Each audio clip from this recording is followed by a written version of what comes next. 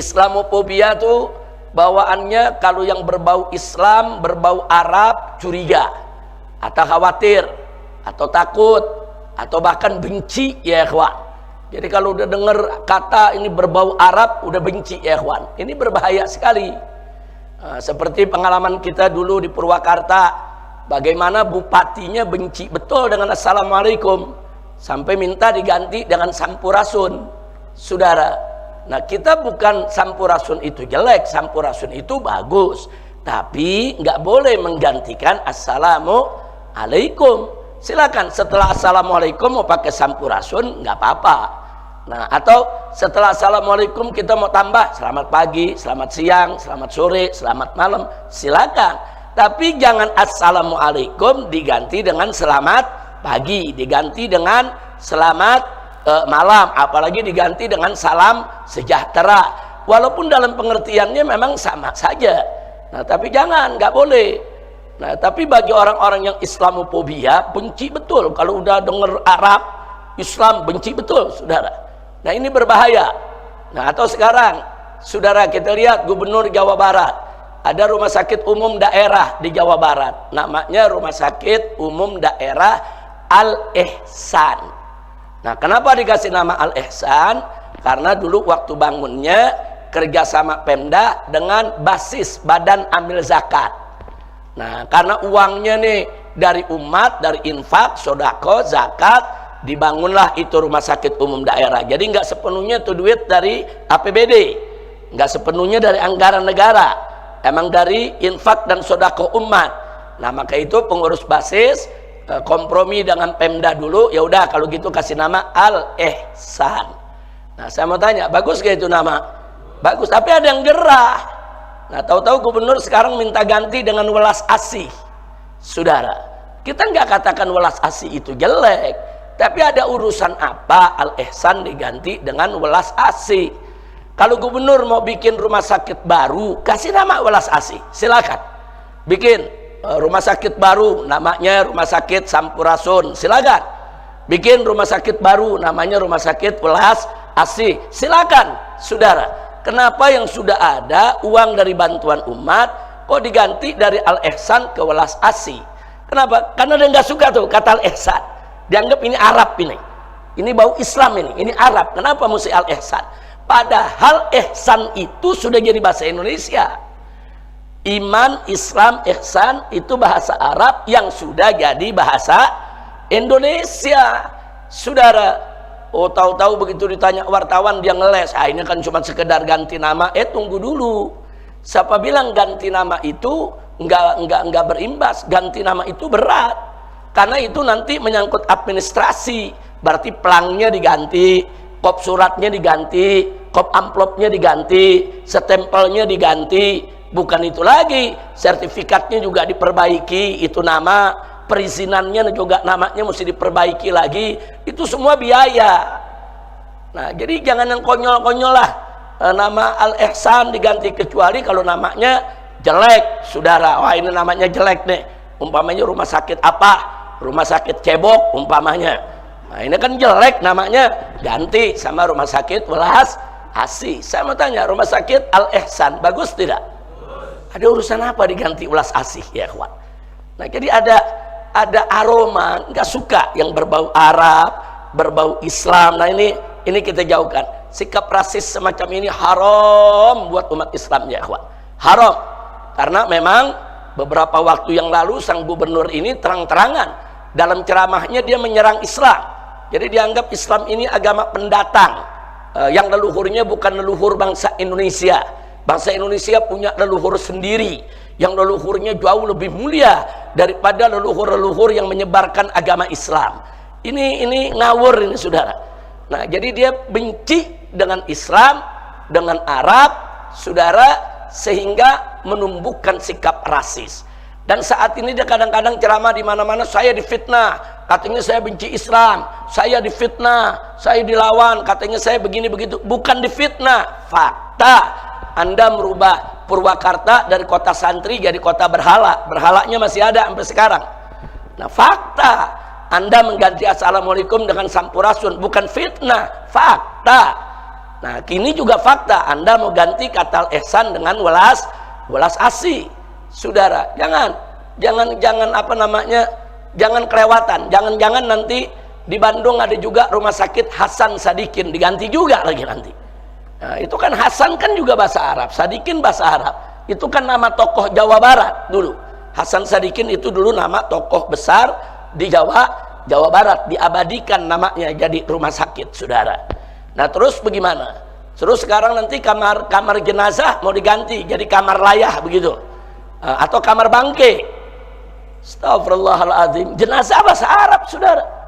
Jadi nggak usah menanamkan atau mengaplikasikan dalam kehidupannya kebencian, sikap rasis, fasis terhadap sesuatu yang berbau Islam. Nah, ini yang perlu saya sampaikan ya ikhwan. Nah, jadi silakan bikin rumah sakit yang banyak. Yang satu nama rumah sakit welas asih, yang satu rumah sakit apalah, dikasih nama, silakan.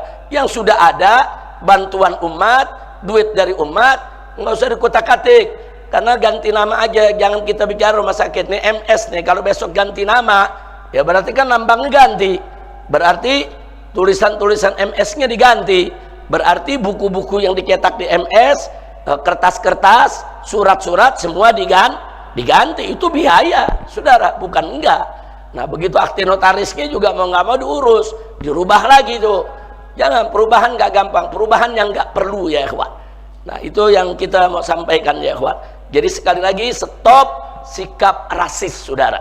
Nabi dulu sudah mengajarkan kita. Pada saat muhajirin datang ke Madinah, Nabi ajarkan kepada muhajirin dan ansor, nggak ada itu pribumi, nggak ada itu pendatang ya ikhwan. Mereka semua muslim bersaudara.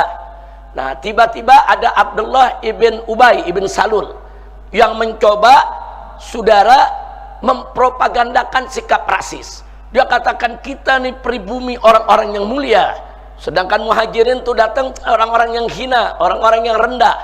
Itu marahnya Nabi luar biasa, sampai Sayyidina Umar ibn Khattab radhiyallahu taala anhu datang kepada Nabi. Apa beliau katakan? Ya Rasulullah, murni an aqta'a ra'sah. Ya Rasulullah, perintahkan aku untuk aku tebas batang leher orang ini. Masya Allah. Kenapa? Karena Abdullah ibn Ubay ibn Salul ini dodongkotnya munafik. Nah, dia mencoba melakukan propaganda. Oh, ini kita nih pribumi orang Madinah, muhajirin tuh pendatang. Nah, jadi namanya pendatang tuh nggak boleh begini, nggak boleh begitu, bla bla bla bla. Kita lebih mulia dari mereka. Itu dihapus dalam Islam. Tidak ada pendatang, tidak ada pribumi.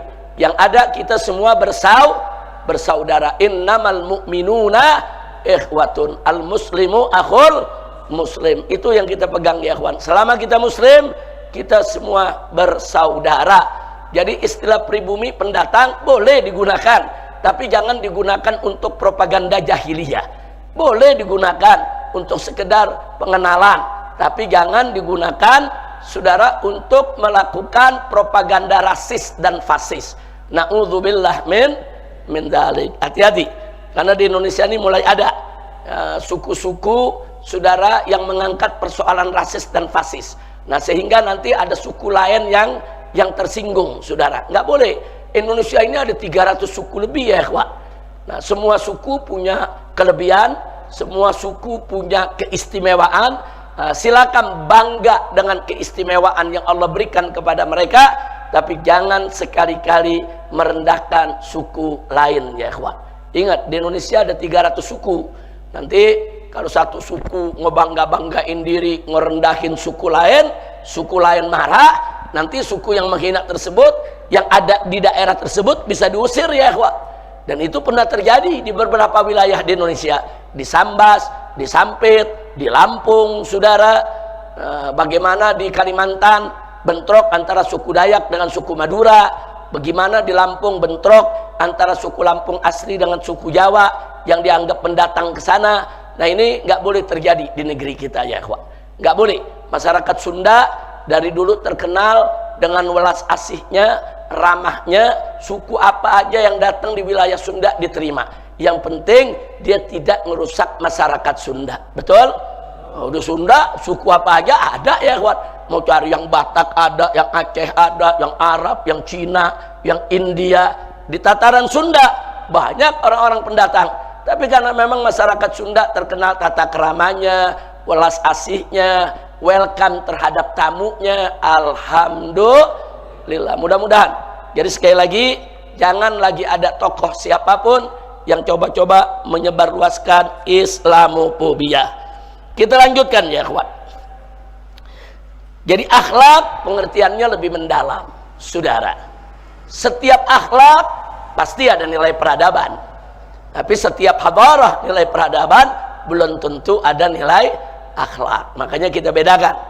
Nah baik, fal Islamu huwa aqidah syariah wa akhlak. Islam itu adalah akidah, syariat, dan akhlak.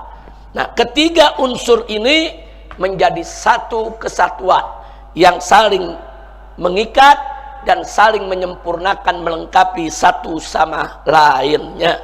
Wala tatagazza, jangan kita pisah-pisah, jangan kita bagi. Jadi saudara, antara Islam, ihsan, iman, Islam dan ihsan ini kalau kita bagi hanya dalam pembelajaran. Oh, rukun agama ada 3, iman, Islam, ihsan, silakan. Tapi di dalam pengamalan nggak boleh kita pisah. Mana boleh kita ada iman tanpa Islam, mana boleh kita Islam tanpa iman. Mana ada ceritanya iman Islam itu tanpa akhlak, nggak boleh tanpa ihsan. Iman, Islam, ihsan harus seiring sejalan. Siapa beriman, dia harus jalankan Islam. Siapa beriman, saudara, dia harus tegakkan Islam.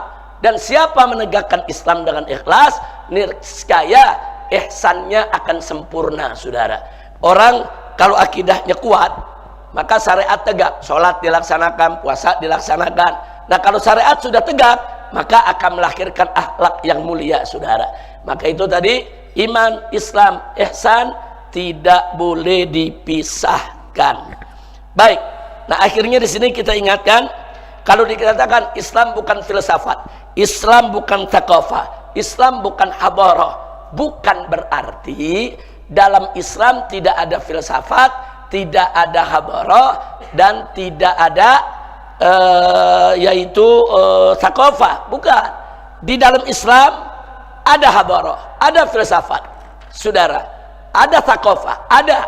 Tapi kita ingatkan bahwa Islam tidak lahir dari thaqafah, Islam tidak lahir dari hadarah, Islam tidak lahir dari filsafat, tapi Islam melahirkan filsafat. Itu yang kita sebut filsafat Islam. Islam melahirkan hadarah peradaban. Itu yang kita sebut dengan hadarah Islam. Islam melahirkan thaqafah, wawasan. Nah, maka itu yang kita sebut dengan thaqafah Islamiyah. Nah, jadi tolong dibedakan. Jadi kalau ada filsafat Islam, thaqafah Islam, hadarah Islam, maksudnya filsafat, thaqafah, dan hadarah yang lahir dari rahim Islam, sehingga filsafat, thaqafah, dan hadarah tersebut tidak bertentangan dengan ajaran Islam. Insya